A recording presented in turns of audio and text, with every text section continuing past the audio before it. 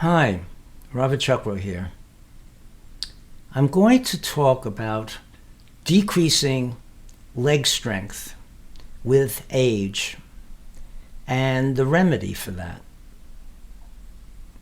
When I started Taiji in 1970 with Professor Cheng, we were all taught to release everything inside, release every bit of contractive strength, especially in the legs, which meant sinking into a leg so fully that the only thing to stop it from stretching even more, from going down even more, was that the muscles in the legs, being totally relaxed, were stretched to their maximum. That is the quadriceps and the calf muscles.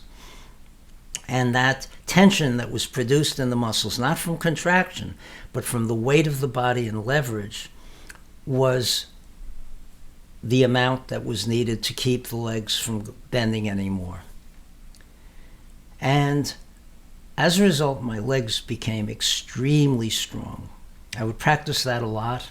In push hands, I would do it.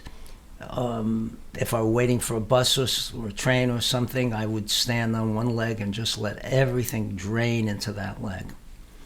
And so my leg muscles became so strong that if I let somebody touch my quadriceps, they wouldn't believe that it was a muscle. It was so hard, so rock-like, if I let all my weight sink into that leg.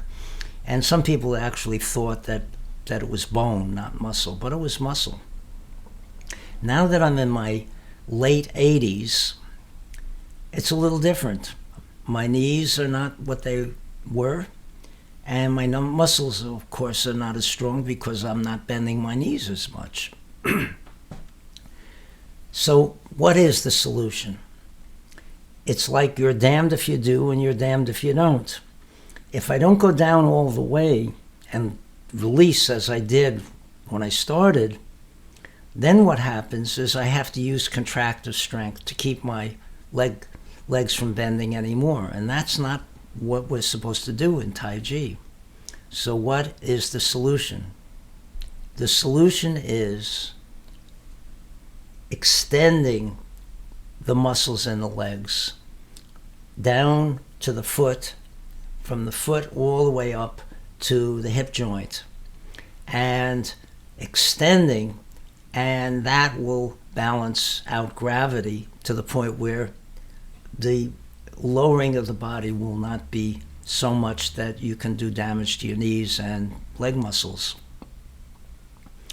And that is what we should be doing all the time anyway, meaning yin is the release, yang has to be balanced with yin all the time, is the extension, the upward extension.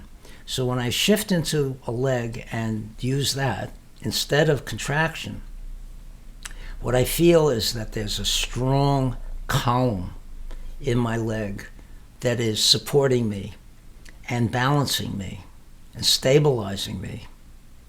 And it's an amazing feeling.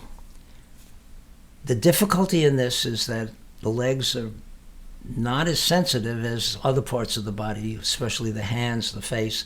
So we can get expansion into the arms and the hands first. So it takes quite a while to get it to the point where you can distinguish between contraction in the leg muscles and release of the leg muscles and expansion. And so what you are working on is replacing contraction to keep you from going down so far that the leg joints go out of joint, or that the muscles can undergo too much strain. You have to let go, but expand enough to support yourself.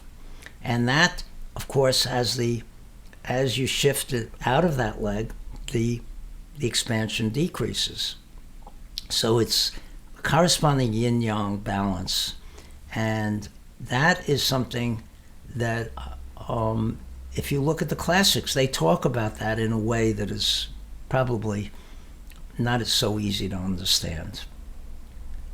Thank you, and I welcome any feedback that you might have. Thanks.